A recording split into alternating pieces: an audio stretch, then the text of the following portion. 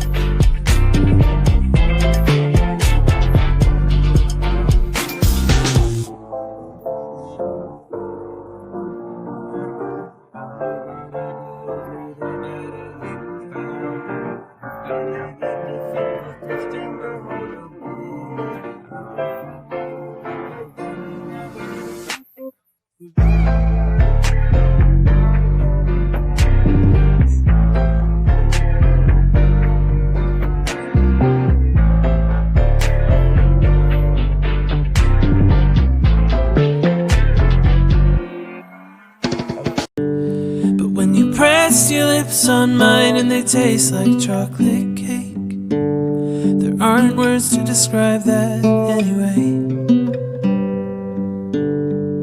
I know I don't say that much. Oh no, always stuck inside my head. But when you walk into the room and my mind forgets everything but you, who would rather be talking instead.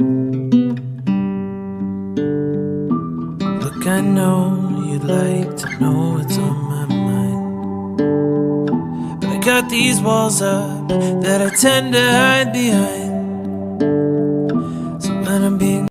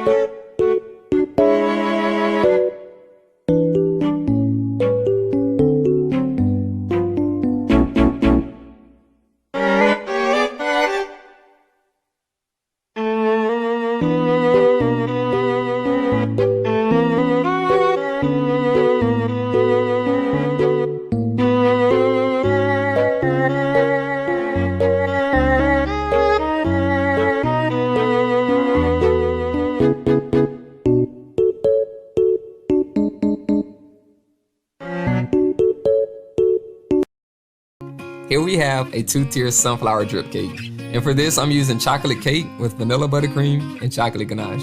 But now, it's singing time. Got a feeling that I'm going under, but I know that I'll make it out alive. If I quit calling you my lover, move on. You watch me bleed until I can't breathe. I'm shaking, falling onto my knees. And now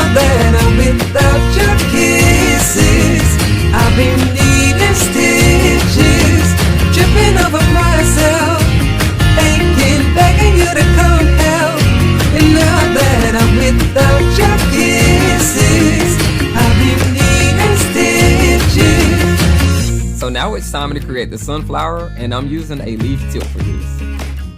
And I'm going to add subtle touches of green by just adding a few green leaves, these small sunflowers, and now the cake is complete.